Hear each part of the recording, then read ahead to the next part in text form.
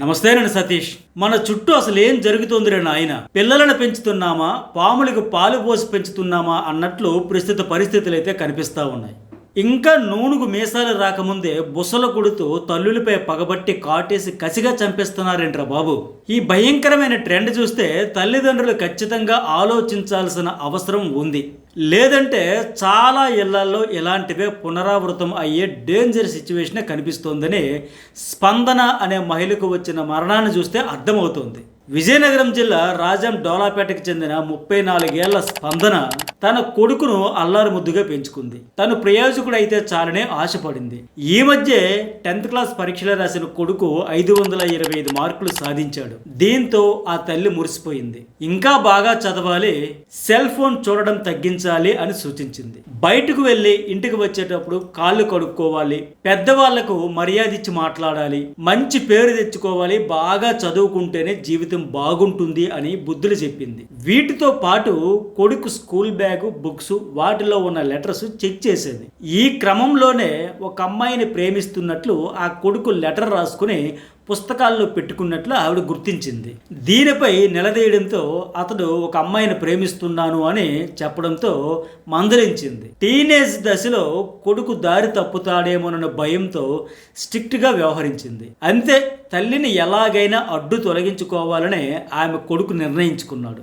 ఈ నేపథ్యంలోనే మా అమ్మ నన్ను టార్చర్ చేస్తోంది, ఇంట్లోంచి పారిపోయి డాన్ అవ్వాలనుకుంటున్నా అని ఫ్రెండ్స్తో చెప్పేవాడు. అదే టైంలో డోలాపేటకు సమీప గ్రామానికి చెందిన మరో కుర్రాడితో ఈ స్పందన కొడుకుకు పరిచయం ఏర్పడింది. ఆ కుర్రాడు కూడా ఇలాగే ఆలోచించేవాడు. ఇంటర్ పరీక్షలు రాయకుండా వదిలేశాడు. తండ్రి తిట్టడంతో ఖాళీగా ఊరి మీద తిరుగుతుండేవాడు. పైగా తండ్రి వేరే మహిళతో వివాహేతర సంబంధం పెట్టుకున్నాడని, అందువల్లే తమ ఇంట్లో ఎప్పుడూ గొడవలు అవుతున్నాయని కోపంతో రగిలిపోయేవాడు. ఈ ఇద్దరు కుర్రాళ్ళు ఏడాది క్రితం క్రికెట్ గ్రౌండ్లో పరిచయం అయ్యారు. ఈ ఇద్దరు మాఫియాలో చేరి డాన్స్ అవ్వాలని అప్పుడే ఫిక్స్ అయిపోయారు. అందుకే రోజు సెల్ ఫోన్లో జపాన్ యానిమేషన్, కిల్లర్ యానిమేషన్ వీడియోలు, క్రైమ్ వెబ్ సిరీస్ చూసేవాళ్ళు. ముందు తన తల్లిని చంపేసిన తర్వాత పోలీసులు తమను వెతుకుతున్నట్లు ఆధారాలు చూపిస్తే ముంబైలో మాఫియా డాన్స్ తమను తమ గ్యాంగ్లో చేర్చుకుంటారని వీళ్ళు భావించారు. అందులో భాగంగా స్పందనను చంపేయాలని ఆమె కొడుకు భావించాడు. ఇదే విషయాన్ని తన ఫ్రెండ్కి చెప్పాడు. దీంతో ఇద్దరూ కలిసి ఆమె హత్యకు పక్కా ప్లాన్ వేశారు. ఈ నెల 4న స్పందన కొడుకు తన ఫ్రెండ్ను తన ఇంటికి పిలిచాడు. అదే టైంలో అతడి తల్లి ఇంట్లో లేకపోవడంతో భోజనం పెట్టడానికి రావాలి అంటూ బయట ఉన్న తల్లికి ఫోన్ చేసి మరీ ఇంటికి పిలిచాడు ఈ స్పందన కొడుకు. అప్పటికే తన ఇంటికి పిలిచిన ఫ్రెండ్తో, మా అమ్మ ఇంటికి రాగానే కాలు కడుక్కోవడానికి బాత్రూమ్కి వెళ్తుంది, నువ్వు అక్కడే ఉండి ఆమెను చంపేయి అని చెప్పాడు. ఇంటికి వచ్చిన స్పందన బాత్రూంలోకి వెళ్ళేసరికి అక్కడే కాపు కాసిన రెండో యువకుడు ఆమె మెడ ఇట్లా కుడి చేతితో పట్టుకుని కిందకి వేలాడదీసి కింద పడిపోయాడు. ఆమె ఈ ఊహించని హఠాత్ పరిణామంతో ఊపిరి ఆడక ఉక్కిరి బిక్కిరి అయిపోయింది. ఎలాగైనా తప్పించుకోవాలని పెనుగులాడింది. ఆ క్రమంలో ఆ యువకుడి చేతిని కూడా కరిచింది, కానీ అతడు వదలలేదు. అరుస్తున్న ఆమె నోటిని రెండో చేత్తో మూసేశాడు. ఊపిరి ఆడకుండా మెడ గట్టిగా పట్టుకుని నొక్కేశాడు. కాసేపటికి ఆమె చనిపోయిందని భావించారు. కానీ కదలికలు ఉండడంతో ఇంట్లో ఉన్న కత్తులు తెచ్చి ఇద్దరూ కలిసి 16 సార్లు పొడి చేశారు. ఆమెను ఒక చీరలో మూటగట్టి దగ్గరలో ఉన్న చెరువు దగ్గర పడేశారు. బాత్రూంలో రక్తాన్ని కడిగేశారు. వాళ్ళు వేసుకున్న బట్టలు, కత్తులు పారేశారు. ఇంట్లో ఉన్న 9.5 తులాల బంగారం, 5,000 రూపాయలు, స్పందన మొబైల్ తీసుకుని ఆ స్పాట్ నుంచి పారిపోయారు. ముంబై వెళ్ళి మాఫియాలో చేరాలనే ఉద్దేశంతో ఇద్దరు ఫస్ట్ పలాస ప్రాంతానికి చేరుకున్నారు. అక్కడ ఒక ఫ్రెండ్ ఇంట్లో నైట్ గడిపారు. మరుసటి రోజు అక్కడ నుంచి నేరుగా వైజాగ్, అక్కడ నుంచి ముంబై వెళ్ళారు. వాళ్ళ వద్ద ఉన్న సిమ్ కార్డులు తీసి పారేశారు. కానీ అప్పుడప్పుడు ఇన్స్టాగ్రామ్ ద్వారా ఫ్రెండ్స్కు మెసేజ్లు పెట్టేవాళ్ళు. స్పందన భర్త, తల్లి ఫిర్యాదుతో పోలీసులు దర్యాప్తు మొదలుపెట్టారు. ఈ దుర్ఘటన తర్వాత ఇంట్లో బంగారం, డబ్బులు లేకపోవడం, కొడుకు కనిపించకుండా పోవడంతో అనుమానించి ఆ దిశగా విచారించారు. స్పందన కొడుకు ఫ్రెండ్స్ ను ఎంక్వైరీ చేశారు పోలీసులు. ఈ ఇద్దరు అక్కడ నుంచి పారిపోయాక వాళ్ళ కదలికలను గుర్తించిన పోలీసులు పలాస ప్రాంతంలో వీళ్ళకి ఆశ్రయం ఇచ్చిన స్నేహితుడిని కూడా అదుపులోకి తీసుకున్నారు. అతడిచ్చిన సమాచారంతో వాళ్ళు ముంబైలో ఉన్నట్లు నిర్ధారించుకున్నారు.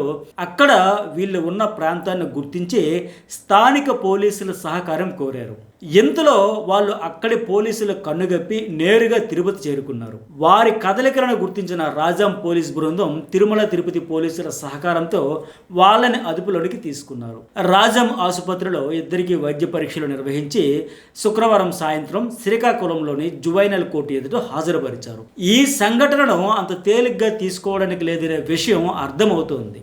ఎందుకంటే ఆ మధ్య తమిళనాడులోని కూడా ఇలాంటి దుర్ఘటన జరిగింది. తమిళనాడులోని చెన్నై నగరంలోని తిరువతియాత్తూరులో డిగ్రీ చదువుతున్న ఓ కుర్రాడు ఇంట్లో నిద్రపోతున్న తన తల్లి పద్మ, తమ్ముడు సంజయ్ను దారుణంగా పొడి చేసి చంపేశాడు. ఈ సంఘటన కూడా దేశవ్యాప్తంగా సంచలనం రేకెత్తించింది. కారణం ఏంటంటే చదువుకోర నాయన బాగుపడతావు, ఎప్పుడు ఆ మొబైల్ ఫోన్ పట్టుకుని ఉంటావేంట్రా అన్నందుకే కన్న తల్లిని సొంత తమ్ముడిని కూడా బలి తీసుకున్నాడు ఈ చండాలుడు. పైగా ఇద్దరిని చంపేసి వంటగదిలో ఓ పాలిథిన్ బ్యాగుల్లో మృతదేహాలను ఉంచి 2 రోజుల తర్వాత తాపీగా ఈ విషయం తన అత్తకు ఫోన్ చేసి చెప్పాడు. ఆమె ఇంటికి వెళ్లి చూస్తే గోడల నిండా రక్తం, మృతదేహాలు పాడైపోయి దుర్వాసన వస్తుంది. పరారీలో ఉన్న కుర్రాడిని అదుపులోకి తీసుకుని పోలీసులు విచారించగా అతను చెప్పే విషయాలు విని పోలీసులు షాక్ అయ్యారు. డిగ్రీలో 2 సెమిస్టర్లలోనే 14 సబ్జెక్టులు తాను ఫెయిల్ అయ్యానని, దీంతో తన తల్లి చాలా స్ట్రిక్ట్ గా ఉంటూ చదువుకోమని వేధిస్తోందని, దాంతో నాకు చిరాకు అనిపించింది, అందుకే ఆమెను లేపేస్తాను అని చెప్పాడు. తల్లి లేకపోతే తమ్ముడు అనాథ అవుతాడని వాడిని కూడా చంపేసినట్లు ఈ కుర్రాడైతే చెప్పడం చూస్తే దేశమంతా ఉలిక్కిపడింది. తాను కూడా ఆ తర్వాత చనిపోదాం అనుకున్నా, బట్ మనసు మార్చుకున్నానంటూ చెప్పుకొచ్చాడు. ఇక ఓ 2 నెలల క్రిందట కూడా ఇలాంటి సంఘటన హైదరాబాద్ జవహర్ నగర్లో జరిగి సంచలనం రేపింది.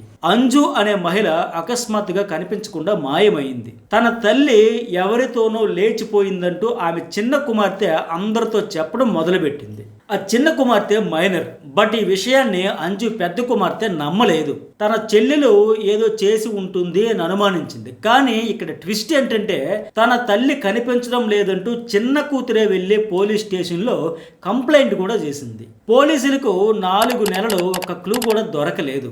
బట్ ఆ తర్వాత ఒక చిన్న ఆధారం దొరకడంతో దాని ఆధారంగా విచారిస్తే చిన్న కూతురే తల్లిని తన ప్రియుడితో కలిసి వేసేసి ఏకంగా వాళ్ళ ఇంట్లోని బెడ్ కిందే ఒక పెద్ద కన్నం తీసి దానిలో మృతదేహాన్ని పెట్టేసి కప్పేసి ప్లాస్టరింగ్ చేసేసింది. ఇప్పుడు ఎందుకేదో తవ్వకాలు ఇంట్లో జరుపుతున్నారు అంటే ఇరుగు పొరుగు వాళ్ళు అడిగితే ఇంటికి రిపేర్లు చేస్తున్నామంటూ చుట్టుపక్కల వాళ్ళని నమ్మించింది ఈ ఘనాపాటి. తీరా పోలీస్ విచారణలో బయటపడిన విషయాలు చూస్తే వెన్నులో వణుకు రావడం ఖాయం.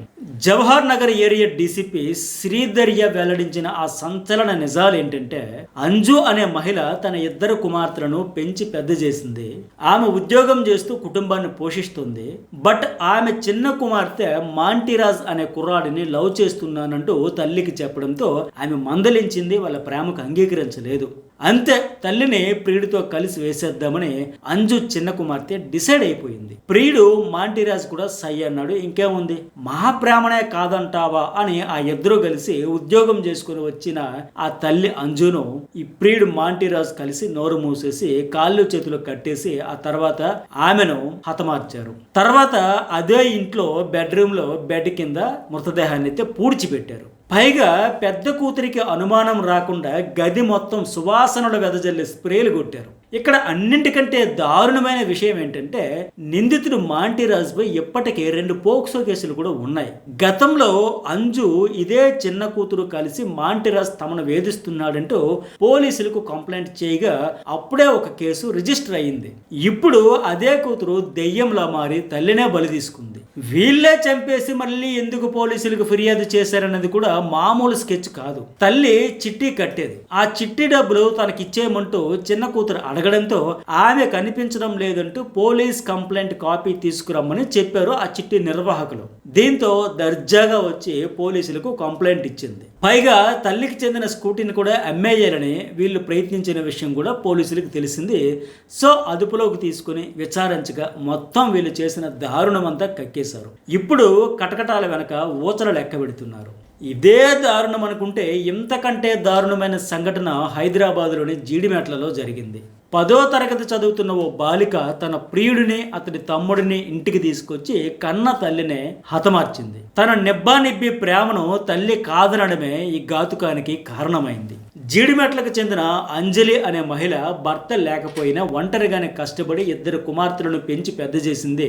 వీళ్ళలో పెద్ద కుమార్తె 10వ తరగతి చదువుతుంది. ఆమె సోషల్ మీడియాలో శివ అనే ఒక 19 ఏళ్ల యువకుడి పరిచయంతో ఇద్దరూ చట్టాపట్టాలు వేసుకొని తిరుగుతుండేవారు. 10లోనే ఈ దరిద్రం ఏంటమ్మా అని ఆ తల్లి మందలించింది. అంతే, వాడితో కలిసి ఇంట్లో నుంచి పారిపోయింది.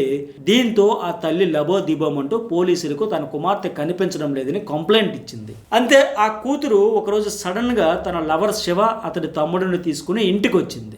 ఆ టైంలో తల్లి అంజలి ఇంటిలో పూజ చేసుకుంటోంది. అంతే, వెనక నుంచి వెళ్ళిన ప్రియుడు శివ అతని తమ్ముడు కలిసి అంజలి ముఖంపై ఓ దుప్పటి కప్పేసి ఏమీ కనిపించకుండా చేశారు. అంతే, అదే టైంలో ఆమె కుమార్తె ఓ సుత్తి తెచ్చి తల్లి తలపై బలంగా బాధేసింది. ఆ టైంలో ప్రియుడు అతడి తమ్ముడు ఒక కత్తి తీసుకుని ఆ తల్లి అంజలిని హతమార్చారు. సో మొత్తానికి ముగ్గురు కలిసి ఆమెను బలి తీసుకున్నారు. ఆ తర్వాత ఆ ముగ్గురు అక్కడ నుంచి పారిపోయారు. పోలీసులకు ఫిర్యాదు అందడంతో వచ్చి దర్యాప్తు చేసి చివరికి ఆ కూతురి హంతకి అని తేల్చడంతో సమాజం మొత్తం నిర్ఘాంతపోయింది.